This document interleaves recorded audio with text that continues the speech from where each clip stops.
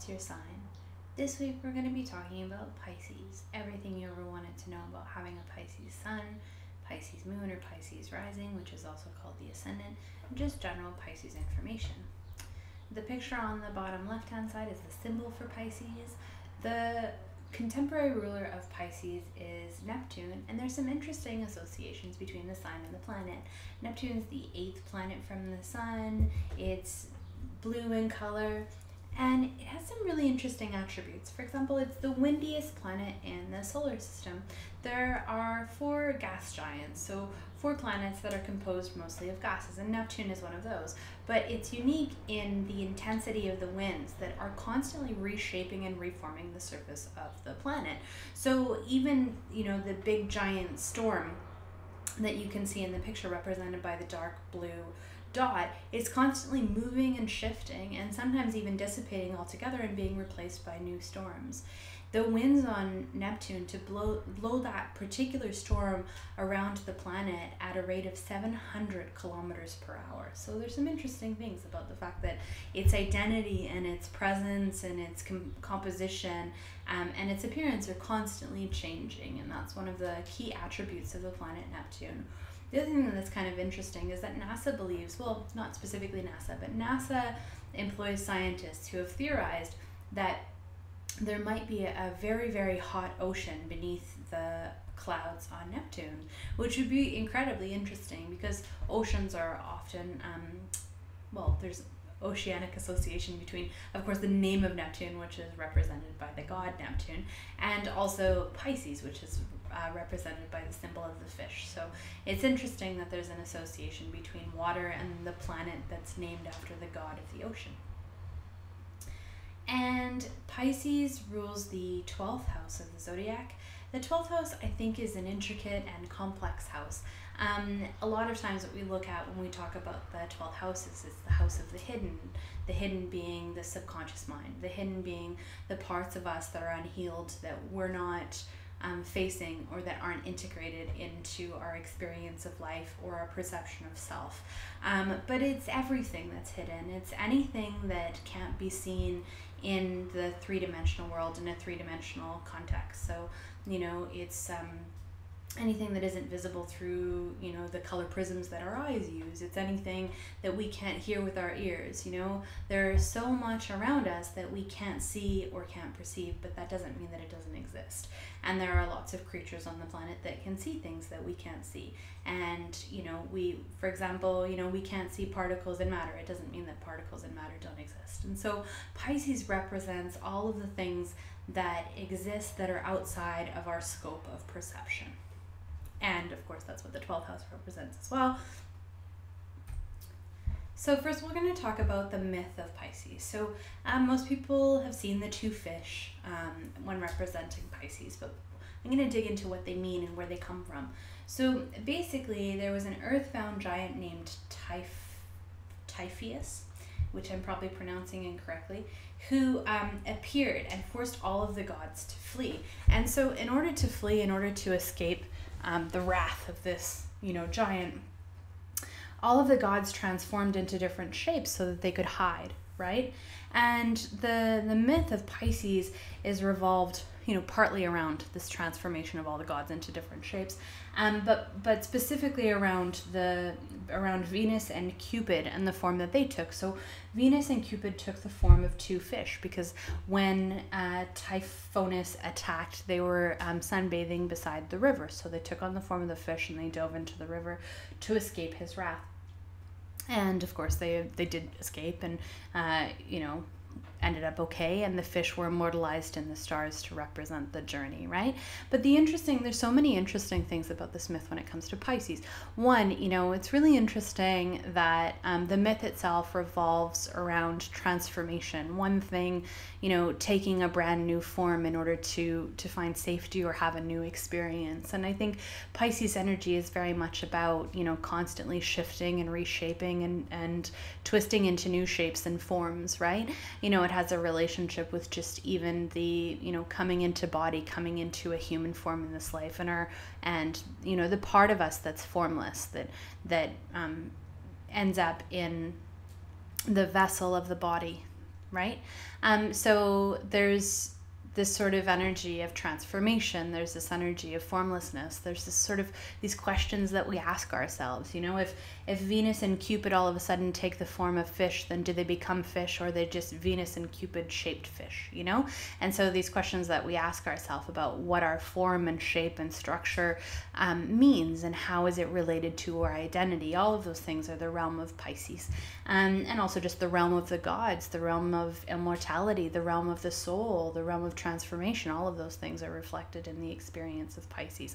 There's, you know, symbolism in the river. You know, part of the journey of Pisces, and one of the most important journeys of Pisces that we'll talk about throughout the course of this video, is this process of allowing, of flowing with the currents of life, and letting us be, you know, taken where we need to be taken, and experience what we need to experience, and all that kind of stuff. So there's a sense of formlessness. There's a sense of you know, greater purpose, and there's a sense of disconnection between the physicality of life's experiences in some ways, and this connection to something bigger and something sort of immortal that's all encapsulated by this image.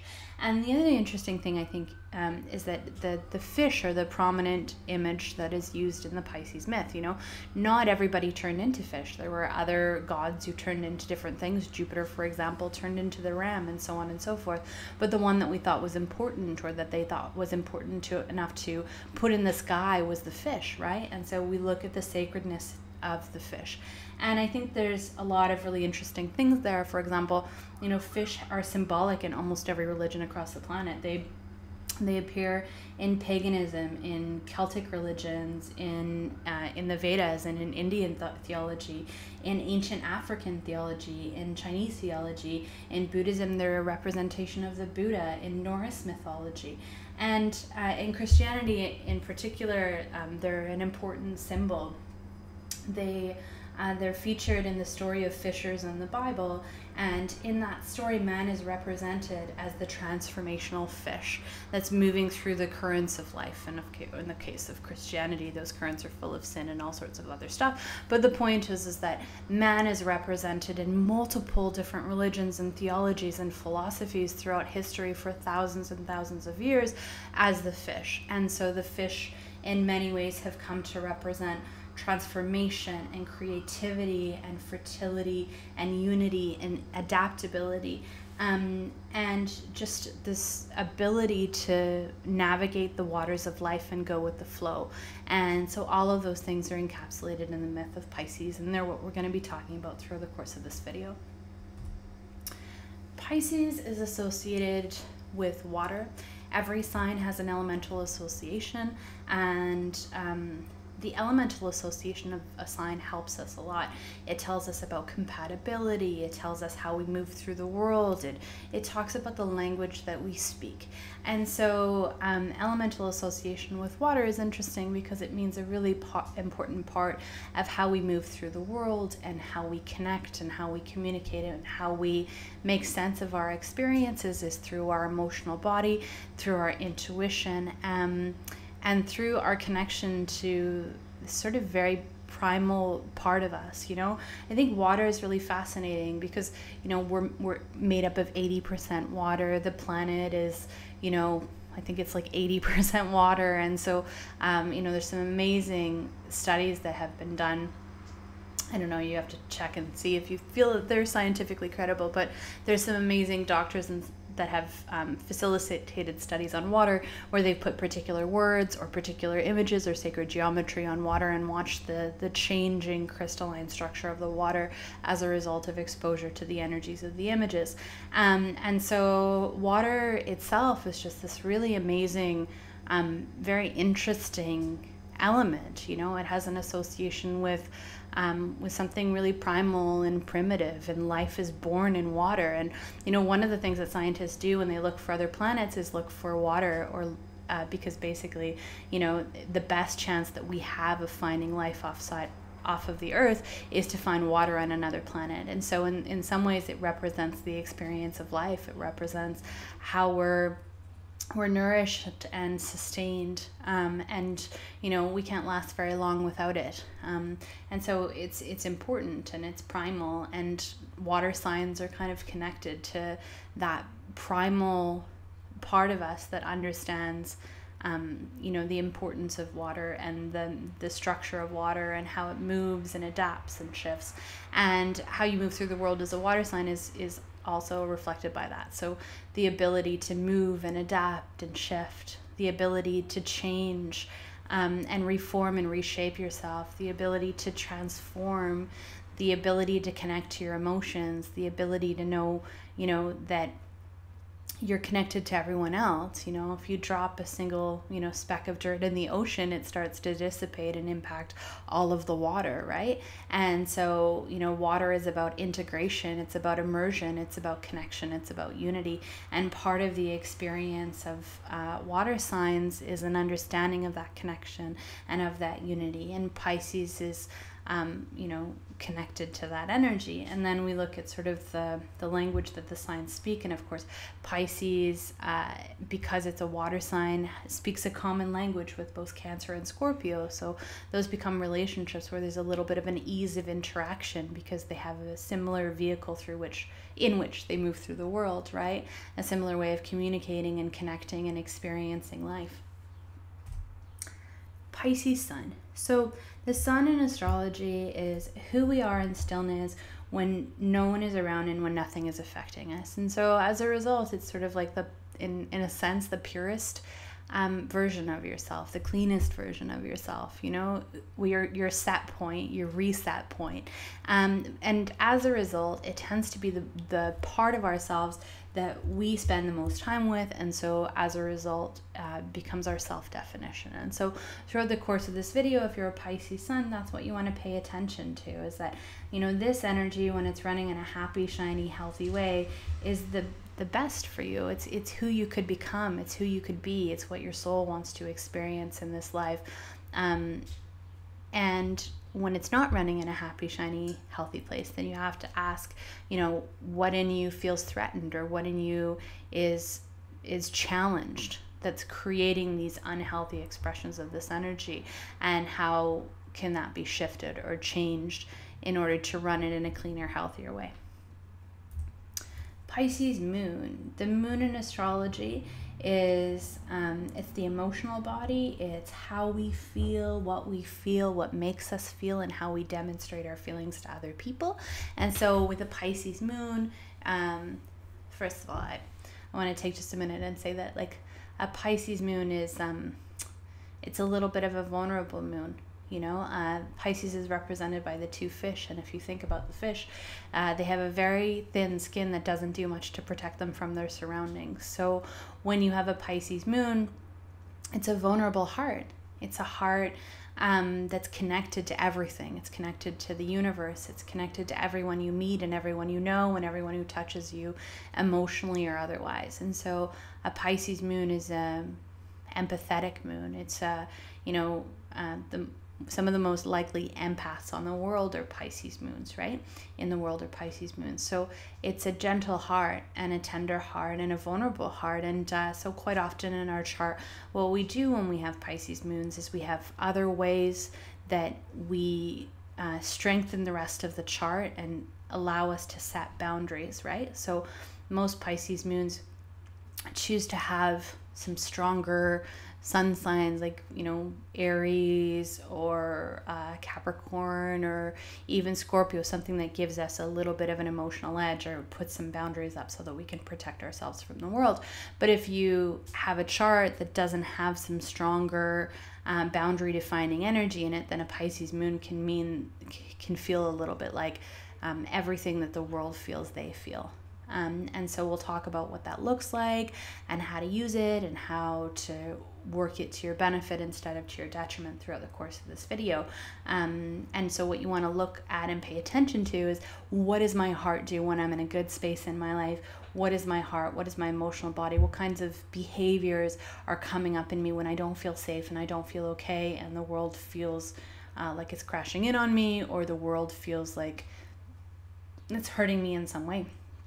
Right now we have Chiron in Pisces. It's a transit that's going on. I'm in 2016 here. And so with Chiron in Pisces, there is a sense of woundedness over that vulnerability. And so this can be a time of real emotional transformations for both Pisces Sun and for Pisces Moon. And even a little bit for Pisces rising. So you want to be as gentle with yourself as possible throughout this period, and recognize that it's hard right now, but it's going to end. It's not forever. You only have to hold on for a little bit longer, and then you're just going to have a little bit more peace and a little bit, a little bit of a break from the stuff that you've been going through. Pisces rising or Pisces ascendant. The rising sign or the ascendant, which are the same thing, and they represent the sign that's on the horizon when you were born, and in astrology they represent the lens through which the world sees you, your personality, the thing that is most apparent about you to other people. All that kind of stuff is represented by Pisces rising or ascendant. So throughout this video, what you want to do is pay attention to what it looks like when it's really shiny and happy and healthy, and what it looks like when it's not so shiny and happy and healthy, and recognize that just because other people perceive you in a particular way doesn't mean that you see yourself in that way. If you're a Pisces rising and you don't have your sun in Pisces or your moon in Pisces or any significant planets in Pisces or in the 12th house, then it changes your relationship to your rising sign, where it becomes the way that other people perceive you, but not the way that you perceive yourself, and there can be a sense of woundedness around that. So you want to pay attention throughout the course of this video and realize that these are things that other people see in you that you might not be able to see in yourself, and look at how they can be expressed in healthier ways and happier ways, and what you can do to shift that Pisces energy to run it in the best way. Because when you run your rising sign in a clean way, it draws healthy experiences into your life. When you run your rising sign in an unhealthy way, then it draws unhealthy experiences in your life. So in terms of manifestation and bringing good things into your world, it's really, really important to run your rising sign as clean as possible. So Pisces energy is about creating new worlds. And that sounds weird, but basically, as I talked about earlier, it's about Pisces is about all the things that exist that you're incapable of perceiving. It's about the things that you can't see with your eyes, and you can't hear with your ears, and you can't touch with your fingers, but still exist nonetheless. And so what Pisces is about is expanding our version of reality, or shifting our version of reality, or changing our version of reality, or creating new versions of reality. That creative force is a huge part of Pisces energy. And so the first image that I wanted to show is that, one of the ways that Pisces create new worlds in a happy, shiny, healthy way is in just a purely sort of humanitarian context. Pisces creates new worlds by making the world a better place for people to live in, by feeding people who are hungry, by helping people who are having health issues, by shifting and changing people's worlds, and shifting and changing the world by supporting and loving and caring for others is a huge part of Pisces energy. And then another huge part, this is Dr. Seuss, another huge part of Pisces energy is literally creating new worlds. Some of the most creative people on the planet run strong, powerful Pisces, Neptune, and 12th house energy. And the reason for that is that they're able to construct new worlds that are outside of our current reality, so that people can disappear into them and escape into them. It's like the energy of Jules Verne. It's the energy of Disney. Disney, for example, has Neptune conjunct his ascendant, which means that Neptune conjunct his midheaven, which is responsible for career. So his whole job was to create new worlds. That's how he showed up in his career, and that's what he gave to the world. And some of the most, creative people in the world that create these sort of fantasy worlds that are completely outside of our reality are related to this Pisces energy. So Pisces that's running in a happy, shiny, beautiful, healthy way can create brand new reality and brand new worlds and brand new fantasies, so that we can experience more than just this sort of physical, three-dimensional reality in which we live. And the last way that Pisces creates new worlds is by literally building new worlds. So in the beginning, we sort of talked about how, you know, creating new worlds can be feeding the hungry or helping the sick or whatever, you know, and that's true. That changes each person's world. When you help someone, you change their reality, you change their circumstance, you change the way that they experience the world, and so therefore you create a new world for them. But the other way it can show up is like in guys like, you know, Martin Luther King, who ran really heavy Pisces energy in his career houses. And so particularly in his 11th house, which is the house of goals and aspirations. And you think about Martin Luther King and you say, you know, what's his most famous speech probably of all time? I have a dream. And then he talked about his dream. He talked about the world that he wanted to create, and he got everybody else to believe in it, everybody else to think that it was possible. And then collectively, everybody came together to create it. So part of it is bringing your dreams into reality. Part of it is convincing other people that your dreams could become a reality, and someone who has this really sort of powerful energy to make people believe that something that doesn't exist yet could exist and can exist and is possible.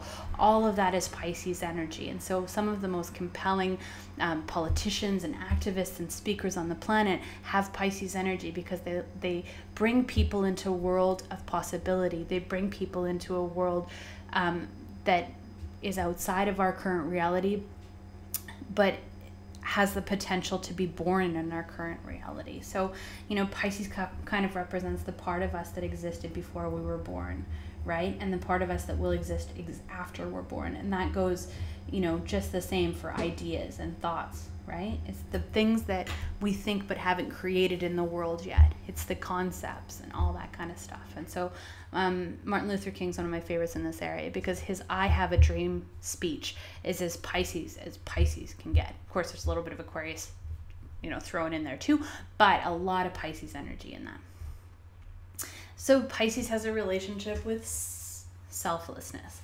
And I think that comes from this sort of, we talked about this earlier, but like Pisces energy is about immersion. It's about connecting to everyone around you and connecting to everything around you, and understanding, I think in some ways, pulling out of duality and understanding the interconnectedness of us all and the similarities of us all, and really seeing us all as, you know, strands on a web, and what one does affects everybody on the web. And so part of the experience of Pisces energy, because that's such an important sort of part of the archetype, is selflessness, and this energy of like giving even when it hurts to give, or giving when you're sacrificing yourself to give. And so I've put some pictures on the bottom, you know, the little girl, young girl who you know, has cut off all of her hair to give to cancer survivors, right? So it's a self-sacrificing act where she's thinking more about the person who, you know, she's trying to help than she is about herself and her own well-being and her own comfort.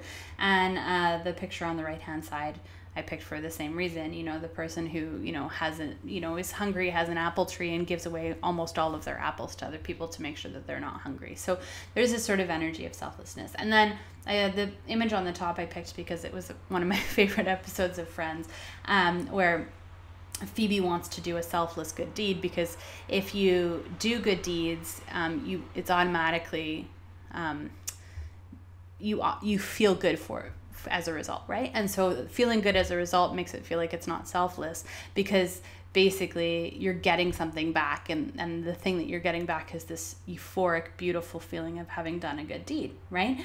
And so in the episode, Phoebe tries to do a selfless good deed, and the whole thing is about that. She lets herself get stung by a bee. Finally, she gives to PBS, who she hates, and gives away all of her money and all this kind of stuff, right? So, but the journey itself, this sort of selfless journey to try and find a way to help the world and shift the world and change the world and support and help other people at your own expense, is quite Piscean in nature.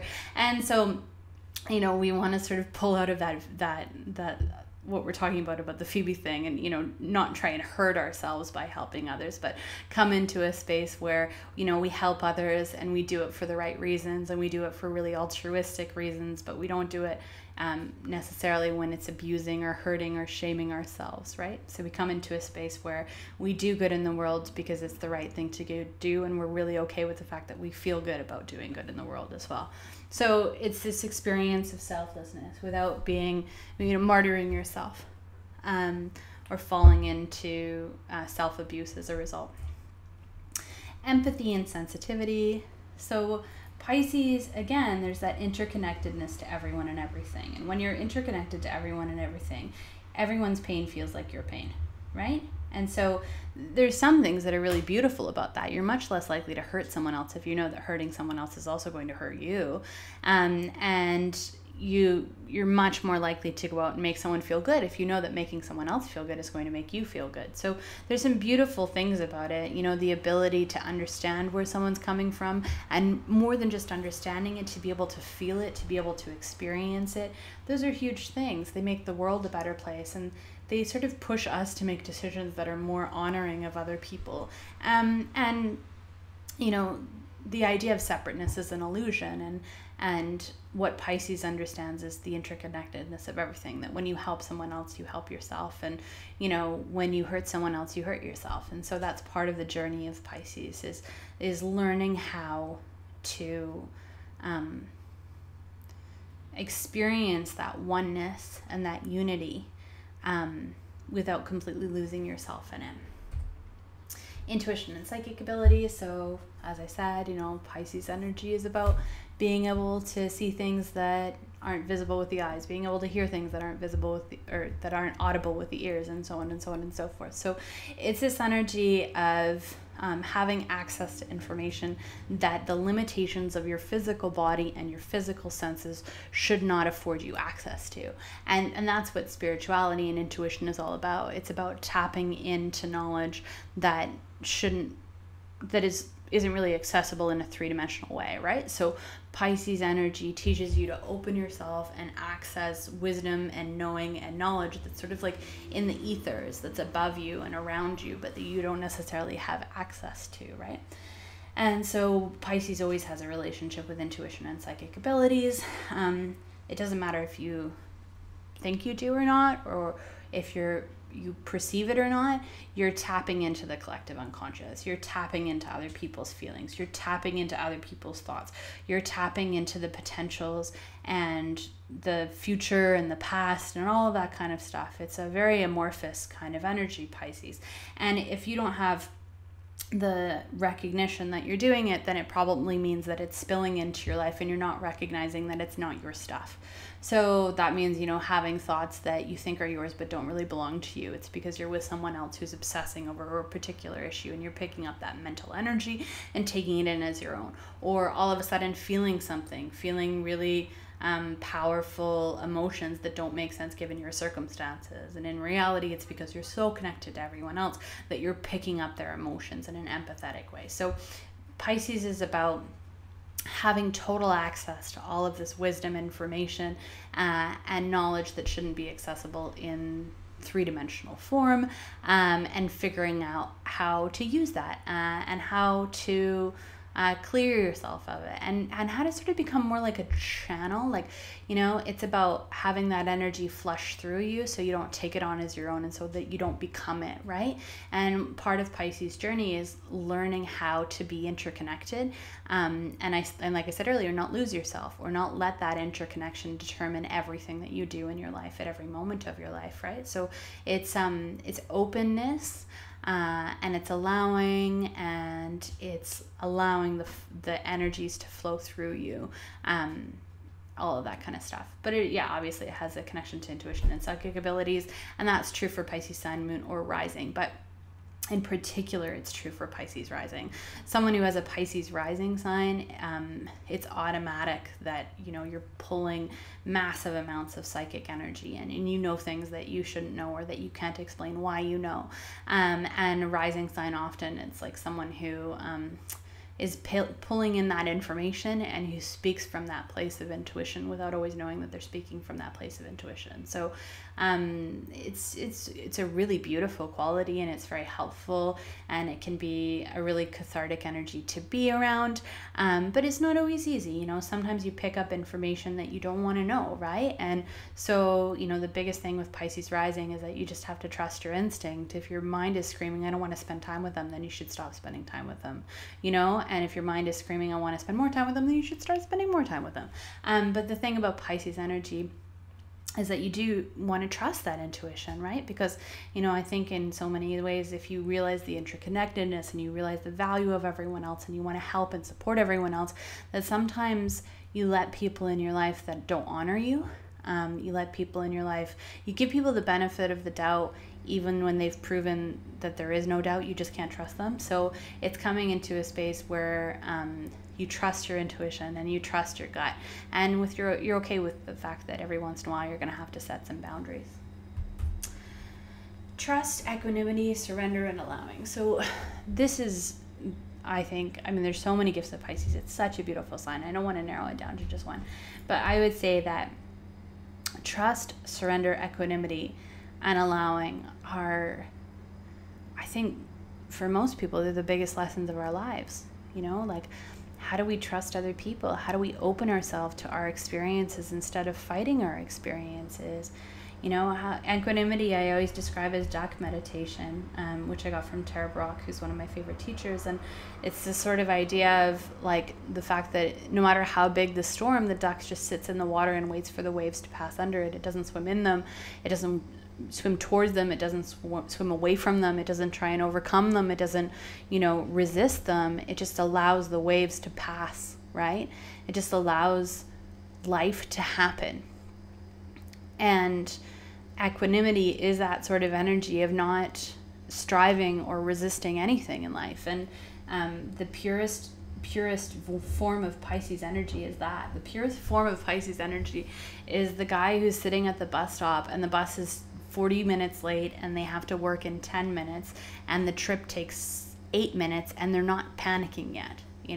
It's that kind of energy where, you come into a space where you're just so at peace with what is, that you don't care if you're late, that you don't care if you're on time, that you just trust that whatever is happening exactly the way that it's supposed to happen, in exactly the fashion that it's supposed to happen in, and that you don't need to control it. So Pisces energy is about surrender, it's about allowing, it's about letting go of control, and it's about stepping into the flow of life and letting the universe put you where you're supposed to be when you're supposed to be there. And that's trust. It's trust in yourself. It's trust in your intuition. It's trust in the universe. It's trust in spirit. But it's trust. And the beauty of Pisces energy is that this is what it looks like when it's clean. It's the most brilliant, wise sage. It's the part of ourselves that lets go of duality, that lets go, that's fully integrated into whatever moment you're in. And I have my background is in shamanism. I don't really believe that you're supposed to let go of the ego. I believe that the ego is sacred, and that part of the lesson in life is learning from that sense of separateness. So I don't think that judging our experience of three-dimensional reality or judging our experience of separateness is the way to heal. But what I do think is that Pisces energy, when it's running really clean, has this incredible ability for integration and synthesis. It has this ability to live a three-dimensional life that's just at a higher level and at a higher vibration, and that's incorporating this beautiful surrender and trust and allowing into life's experiences. And when you incorporate all of those things into life, then you really have the potential to serve the world. You have the potential to heal. You have the potential to grow. You have just extraordinary things that you have to offer. And part of that isn't disappearing into this sort of realm of anxiety and fear and mistrust, and just coming into a space where you accept what is as it is without trying to shift or change or resist it. So I think that's one of the most beautiful gifts that Pisces gives us, and I think we all have something to learn from that experience. And I put this little Abraham Hicks quote, which is, "Give birth to the question and let go, then answer to the flow," right? So then allow the answer to flow, or allow yourself to flow into the answer, whatever. So basically it's this idea that, releasing the idea that you have to know everything, and I have this thing that I say to myself, because I have a lot of Virgo energy, which is kind of the opposite of Pisces. And I have this saying that I say to myself, which is that everything happens for a reason, and it's not my job to know what the reason is.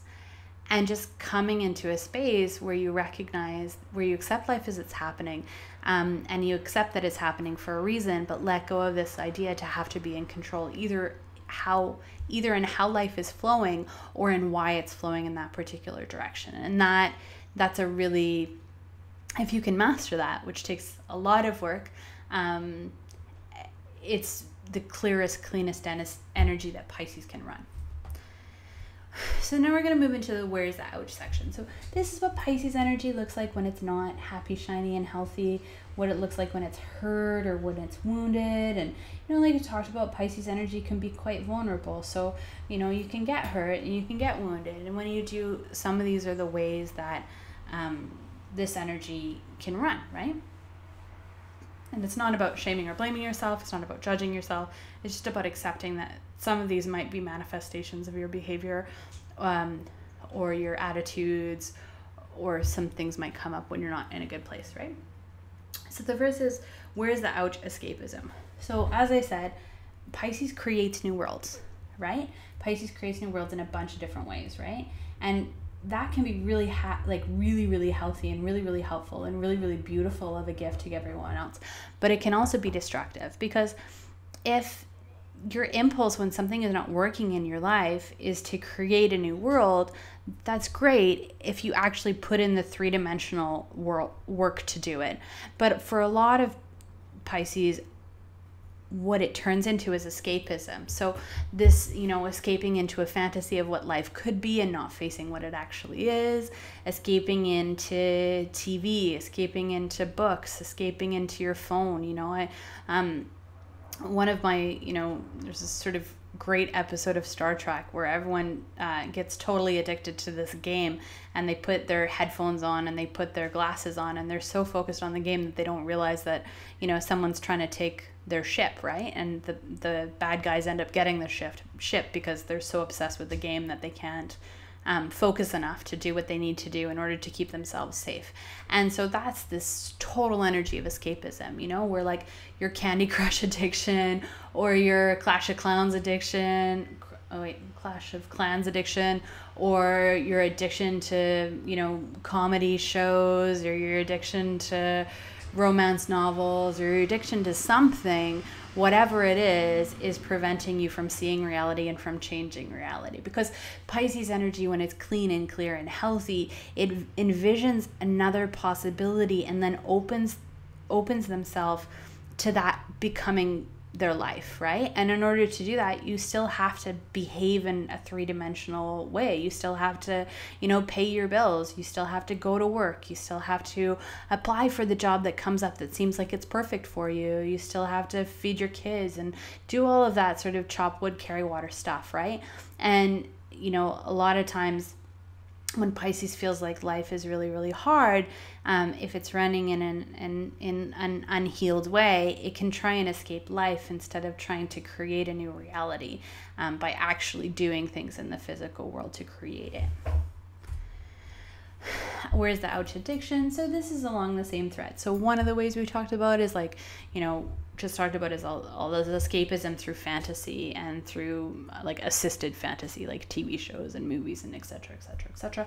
But another way that Pisces escapes in a shadowy way when things feel really unsafe and just not in a good space is through addiction. So people with really strong Pisces, particularly if it's coupled with lots and lots of fire energy, but people with really strong Pisces can end up in addictions where they're escaping reality through their addiction. So, escaping reality through alcohol, through, literally, disappearing from this world to a place where you don't have to feel anything and you don't have to, just show up and chop wood and carry water. Escaping through drugs and alcohol,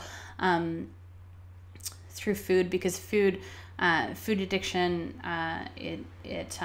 when you eat particular foods, they influence hormone production in your brain, and they lead to neurotransmitters which flood the brain full of happy, feel-good chemicals, right? So you're escaping the pain of what you're going through and the pain of the reality that you're in through flooding your brain with natural chemicals. So, you can do, sometimes people do artificial chemicals in addiction, right? Who are taking and participating in drug use or alcohol use, but also sometimes people use their own chemicals, their own sort of feel-good chemicals in their brain to escape their reality, and they do that through food or through sex or all sorts of other things, which are similar expressions of the same energy, which is trying to run out of your brain and run out of your life and disappear from what you're going through, instead of facing what you're going through by escapism, right? Escapism or addiction.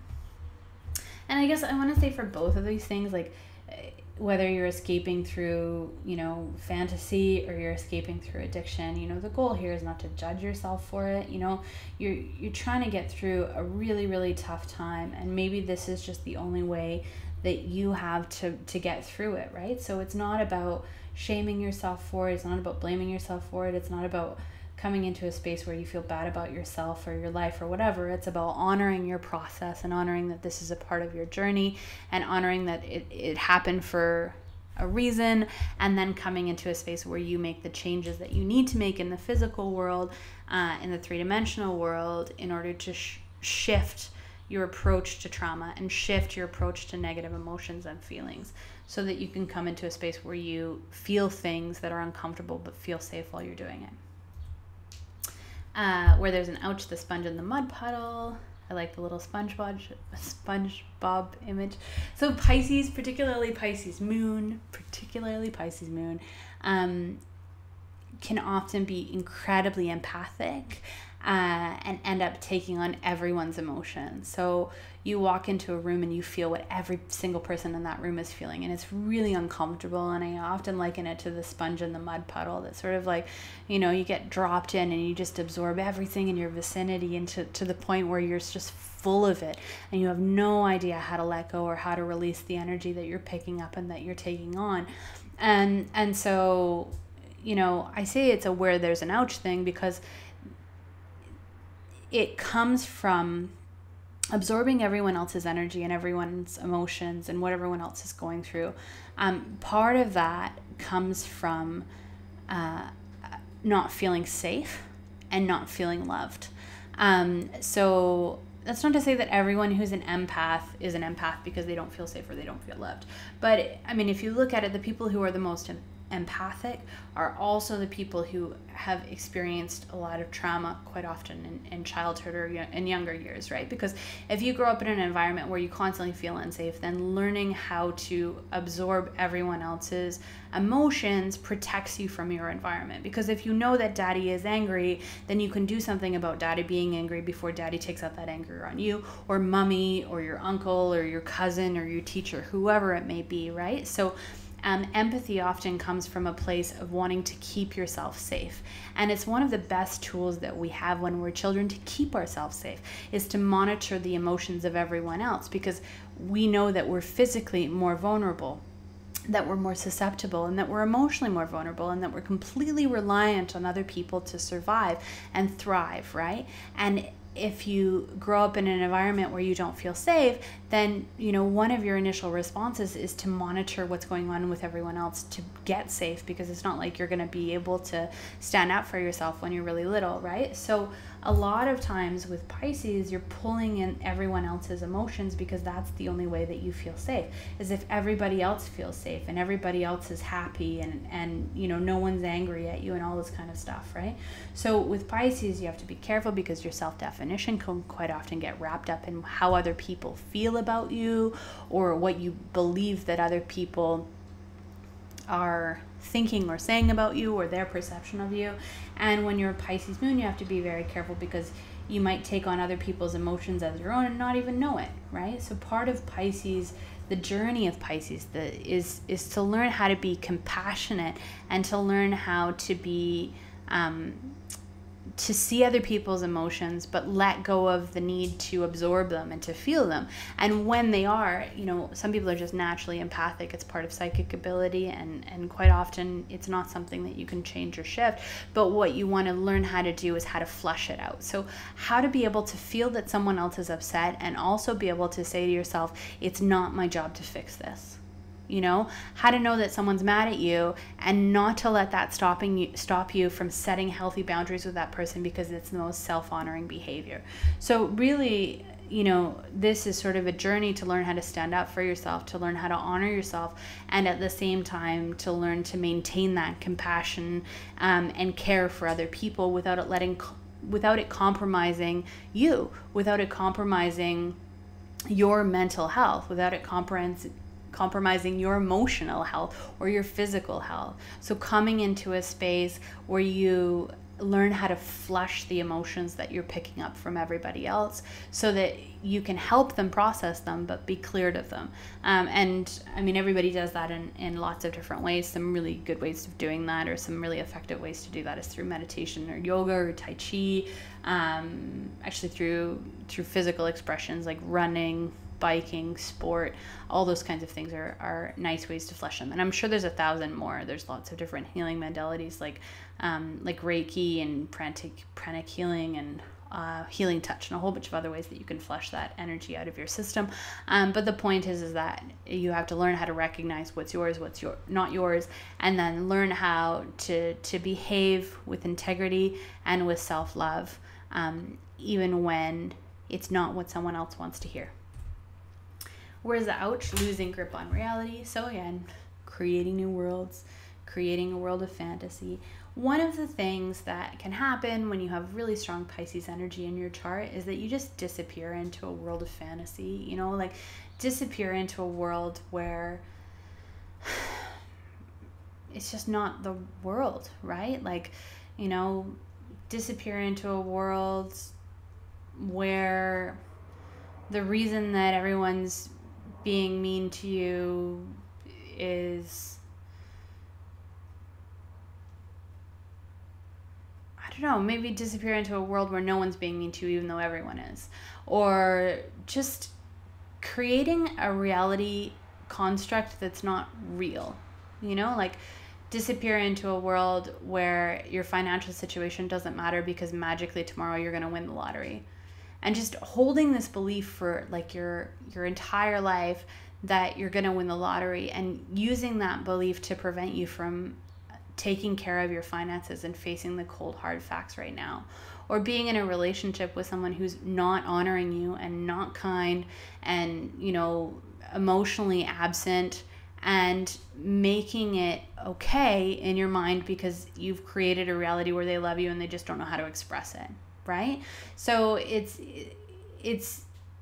not looking at the facts before you interpret them to figure out what they mean, right? So it's just sort of trying to disappear from reality by trying to make things mean something that logically they couldn't really mean. And Pisces also has to be careful with like when it's not running in a happy, shiny, healthy place. You have to be careful with the truth, right? You have to be, careful that you're honoring yourself by telling the truth. You have to be careful that you're honoring other people by being truthful. Sometimes the easiest way out of a situation that's really uncomfortable is to tell a little white lie. But those little white lies, they add up, and they thread together, and soon they become your whole life. And so one of the lessons of Pisces is learning how to make peace with reality, learning how to keep one foot in reality. Pisces' job isn't to keep both feet in the physical world. That's not really the job. That's like a Taurus job. Pisces' job is to keep one foot in the physical world and one foot in reality, and have the other foot in possibility, have the other foot in spirituality, have the other foot in, abstract wisdom and knowledge and connection to source and intuition and all that kind of stuff. But if you're healthy, you have to have equal footing. You have to have equal weight on both feet. You have to maintain that grip on what really is, not just what you want it to be or what you're making it become. where there's an inconsistent and ungrounded. Yeah, so this comes up, I think. Pisces energy is not really meant to be like super linear energy. It's not 1, 2, 3, 4, 5. It's like 1, 5, 2, 4, 7. It's sort of all over the place, right? And it's not meant to be linear, you know. The sort of idea that like A equals B equals C equals D, etc. Like this sort of linear structure and process.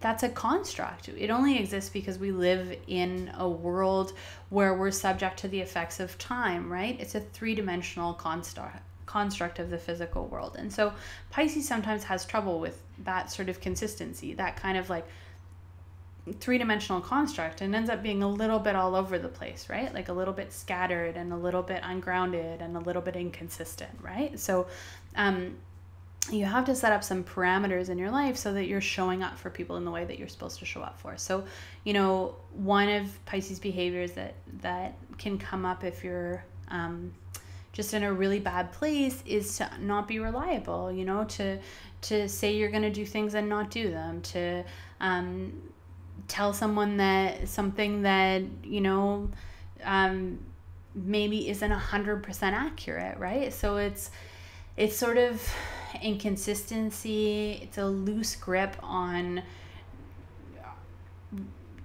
I guess, like a loose grip on life, on the physical world, on physical reality. It's an ungrounded approach. It's having your head in the clouds and not noticing that someone's stealing your car. It's like all of that kind of stuff that lets you disappear into the world of fantasy instead of living your reality. And so when Pisces is unhealthy, it can become an energy you just can't depend on, that's not going to show up the way that it's supposed to show up, when it's supposed to show up, how it's supposed to show up. It's an energy that, you know, one day something's perfectly fine and the next day it'll cause, you know, someone to blow up on you, right? It's inconsistent, and inconsistency can make people feel unsafe. So it can make you feel unsafe, it can make your friends feel unsafe, it can make your partner feel unsafe. You know, someone who's running a unhealthy Pisces rising energy might be the person who's always 45 minutes late, you know, and everybody's always waiting for them, or the person who, you know, always says that they're going to do things and then never, you know, actually gets them done, or gets them half done, or gets them done 3 weeks too late. And you know, this is only when the energy is not happy and healthy, and it's certainly not every Pisces, but you do have to be careful because you know, part of you understands the interconnectedness of everyone, and part of you understands that your behaviors can impact other people. And if you're not reliable, or if you're inconsistent, you might not know it, but you might be hurting people by accident. So it's about, you know, making peace with that part of yourself, honoring that part of yourself, not judging that part of yourself, recognizing that if that's a quality that you have, that it only exists because you've been hurt, or because you're scared, or because you're going through something really difficult in your life and you're having an emotional response to it. But also owning that it's something that you might need to shift a little bit, that you might need to put a little bit of effort into, so that people know that that they can rely on you and that they can depend on you. So, you know, obviously it's not everybody. Obviously, if you have a really strong Virgo in your chart and a really strong Pisces in your chart, then this is not going to be an issue for you. Or if you have a lot of earth signs, this is not going to be an issue for you. But you want to be careful with this energy, because in the end, it's not helping you, right? So, and now we look at possibilities. So this is the last kind of section, and basically what I do is just talk about how fabulous you are and how much more fabulous you could be. And so the first picture on the, actually I'm going to do the picture on the far right hand side first, which is just the woman with all the chakras. And like Pisces energy is so beautiful. It just has, you know, this incredible potential to like vibrate at a really high level, do incredible, like astounding spiritual growth and spiritual work in this lifetime, you know, like, you know, it's the energy of the monk, it's the energy of, you know, like a really high up, maybe cardinal or something. It's the energy of the guru. It's the energy of the wise sage. It's the energy in some ways of the philosopher. It's this gorgeous energy that has the ability to run just these incredibly powerful energies into the world and help and support every single person that you meet. So it's connected to something higher than yourself. It can bring new ideas and new concepts and new forms and new creative energies into the world. It can, it can totally change the world. It can shift the world. It's a really lovely energy to have. And then in the middle at the very top, I have the guy that's sort of opening his arms to the sun. And by that picture, I sort of wanted to encapsulate this energy I was talking about earlier, which is this energy of allowing, of welcoming new experiences into your life, of coming into the flow of life, of experiencing, the fullness of life in this really beautiful, holistic way that has the potential to take you so far and to help so many other people and to shift and change the world. It's this beautiful, welcoming, open energy, and it's an energy of trust, and it's an energy of faith, and it's an energy of, humanitarianism and love for humanity. And when you wrap all those things together, they become a really beautiful package, and I think it's something that we could all integrate into our lives in like a really meaningful way. And then the picture below that is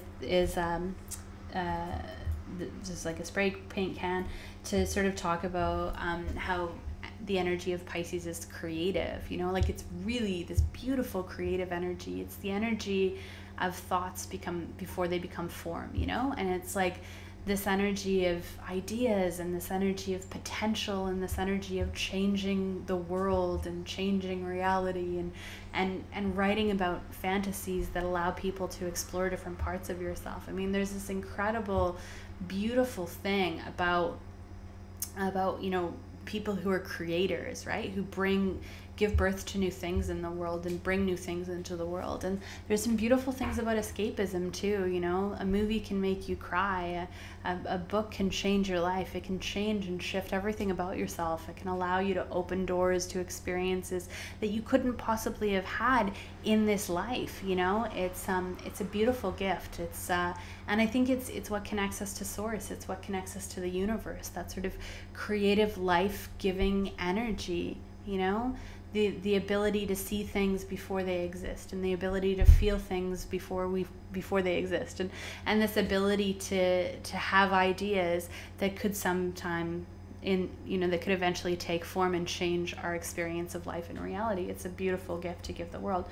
And then the picture on the very bottom is compassion, right? So, Pisces has this relationship where it has an interconnectedness, and it's a heart-centered interconnectedness with everyone and everything. It's not an intellectual knowledge that everyone is connected. It's a feeling that everyone is connected. It's spiritual, and it's emotional, and it's poignant, and it's powerful. And so in this picture, it's this girl who's having a heart-centered connection with an elephant. And I don't think it really matters what's in the picture. I happen to really like elephants, but it's a heart-centered connection with life, with anything that's alive. That's maybe that's compassion for a spider or a mouse or an elephant or cats or people or children or people from different cultures or I think some of the most profound compassion comes from people who experience the most judgment. So maybe it's compassion for people who have committed a crime and are in prison, or maybe it's, compassion for people who are the victims of crime or whatever, right? So it's this sort of energy of having an open heart and walking through life with an open and full heart that allows you to connect with other people in a really meaningful way, or connect with the environment in a meaningful way, which I think is important as well. And then the last picture on the left-hand side is this woman who's obviously just fully connected, right? So, she's connected to the wisdom of the universe. She's connected to this creative energy. She's connected to, the whole world. It's like this experience that, we feel like we're separate, and we feel like we're alone, and we feel like we're different. But on some level, Pisces understands that we're basically all cells in one giant organism, right? And so Pisces understands how to connect with all the other cells in it understands the shape and the form that it's going to take. And there's something really gorgeous about that, about really beautiful about that interconnectedness.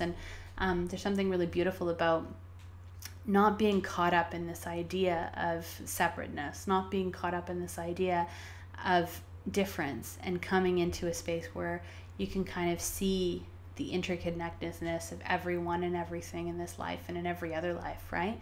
And also, I think there's something very beautiful about Pisces' ability to see past this life, to see the infinite wisdom of the soul, to see who we were before we were in body and who we will be after we're out of body. There's something really beautiful that there's this tiny little part of us that never forgets that we're not just this, we're not just a body, and we're not just, the name that we've been given in this lifetime, and we're not just the career that we have.